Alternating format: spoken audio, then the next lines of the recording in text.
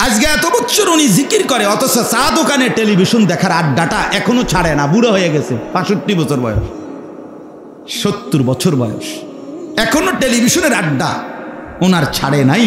এখনো কথা বললে আক করলে গালি দেয়, গাইল্লানি সারা বুড়া বেড়া বাঁকা হইয়া গেছে, বেড়া তে বেড়া অন গাইল্লা। এমন অসভ্য মানুষ নাই? কত বড় নিকৃষ্ট বুড়া মানুষ, এত বয়স্ক মানুষ আপনি। আপনার মুখ দিয়া মিয়া 60 বছর পরে আজও আপনার মুখ দিয়া গালি ছাড়া কথা বের হয় না। আপনার মতো অসভ্য মানুষ আর কে হইতে পারেনি। আপনি ভদ্রতা শিখবেন কোন দিন? আখলাক হবে কোন দিন আপনার মিয়া? আপনার থেকে মানুষ কিছু শিখবে কখন? আপনার ছেলে মেয়ে নাতি নাতনি কিছু শিখবে কখন? এখনো 70 বছর বয়স, 60 বছর বিড়ি খান মিয়া, এখনো চা দোকানে বসে আড্ডা দেন মিয়া। পরবর্তী জেনারেশন আপনার থেকে কে শিখবে? তাইলে আপনার বংশধর আপনার থেকে শিখবে কি? বলে ওয়াযাকারাল্লাহ কাসীরা, আল্লাহ বলে বেশি বেশি আমার জিকির যারা করে, আখিরাতকে যারা পেতে চায়, আল্লাহকে যারা পেতে চায়, তারা সবকিছুতে রসুলের তরিকা আদর্শ খুঁজতে পায়, তালাশ করে, তারা তালাশ করে। এটা গুরুত্বপূর্ণ। এজন্য জিকিরও সুন্দর করা চাই। আল্লাহর জিকির বেশিও করতে হবে, সুন্দরও করতে হবে। কোরআনে স্পষ্ট আছে সূরা বাকারাতে, ওয়াযকুরুহু কামা হাদাকুম। আল্লাহ বলছে আমি যেভাবে দিক নির্দেশনা দিয়েছি সেভাবেই আল্লাহর জিকির করো। সুবহানাল্লাহ, সুবহানাল্লাহ, সুবহানাল্লাহ, আলহামদুলিল্লাহ। রিকিতা রিকি, হ্যাঁ রিকি জিকির তামাশা করেন, হ্যাঁ তামাশা করেন। এগুলো কি ধরনের জিকির? 4 রাকাত সুন্নত নামাজ পড়ে ফেললেন, 1.5 মিনিটও লাগলো না, 2 মিনিটও লাগলো না, কি ঘটনা কি তা? তাব্বাতিয়াদা কুল হুয়াল্লাহ কোন সময় পড়ে লাইলেন? আত্তাহিয়াতু কোন সময় পড়লেন? রুকু সিজদার তাসবিহ পড়লেন কখন? হ্যাঁ তামাশা। এটা কি তামাশা? তামাশা। আল্লাহ আমাদেরকে মাফ করে দেন, আল্লাহ আমাদের কলিজার মধ্যে বুঝ দান করে। মুরব্বী চাচারাও রাগ করেন। আপনি ভেবে দেখেন গুনাহ ছাড়বার সময় হবে কখন? 60 বছরও গুনাহ ছাড়লেন না, আর সময় কখন? আর কখন? কোরআন শরীফে স্পষ্ট আছে প্রত্যেক জাহান্নামী জাহান্নামের ভীষণ আগুনে যখন উথাল পাতাল ঢেউ খাবে, আগুনের মধ্যে ঢেউ খাবে, তখন জাহান্নামী বারবার চিৎকার করে বলবে রব্বানা আখরিজনা, আল্লাহ আমারে জাহান্নাম থেকে বের করে, একটু সুযোগ আবার দেন, আমি নেক আমল করব। তখন কসম খোদা আল্লাহ তাআলা প্রথম যেই জবাবটা দিবে প্রত্যেক জাহান্নামীকে, আল্লাহ প্রথম জবাবটা বলবে আওয়ালাম নুআম্মিরকুম, আমি কি তোমাকে হায়াত দেই নাই? বান্দা গত 60 বছর কি আমি দিছিলাম না? মনে নাই?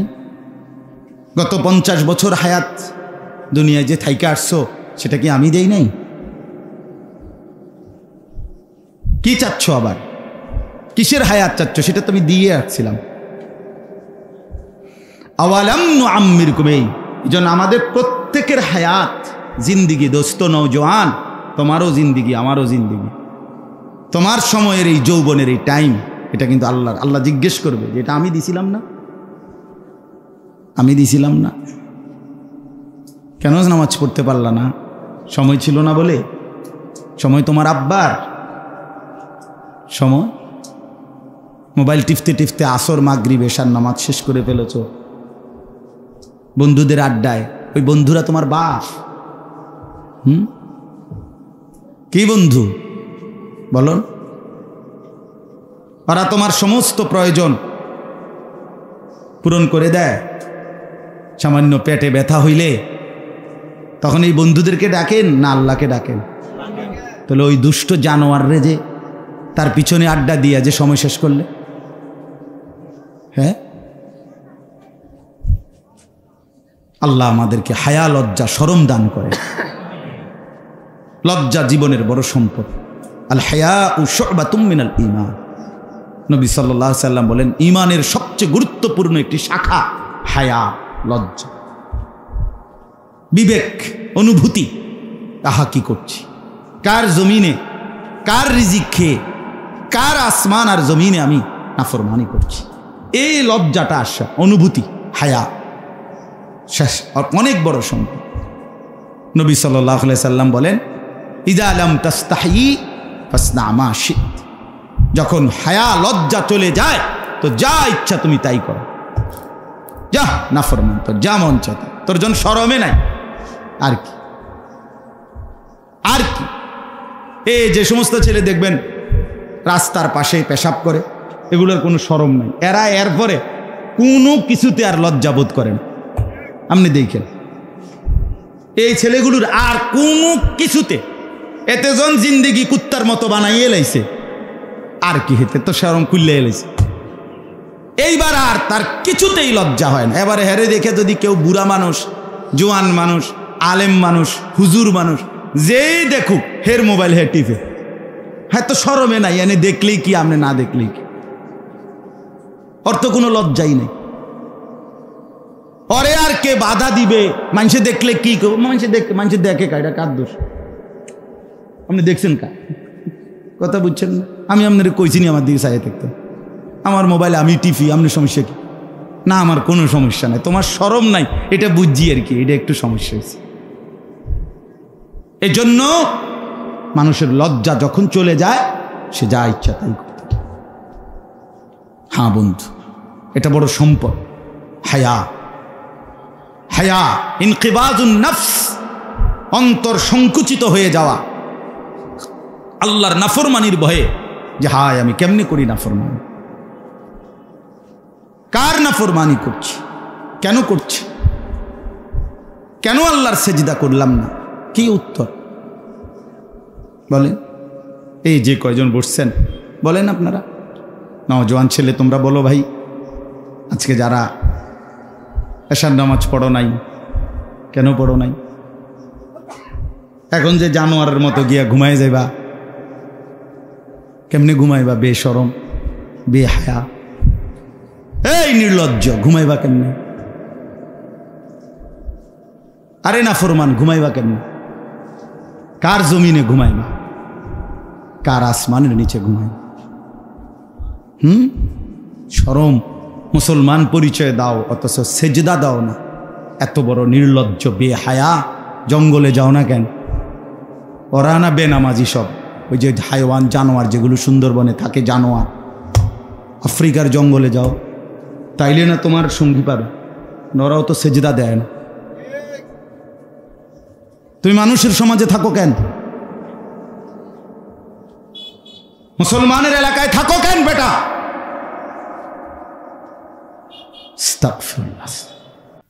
কতটা নির্লজ্জ আপনি কোন?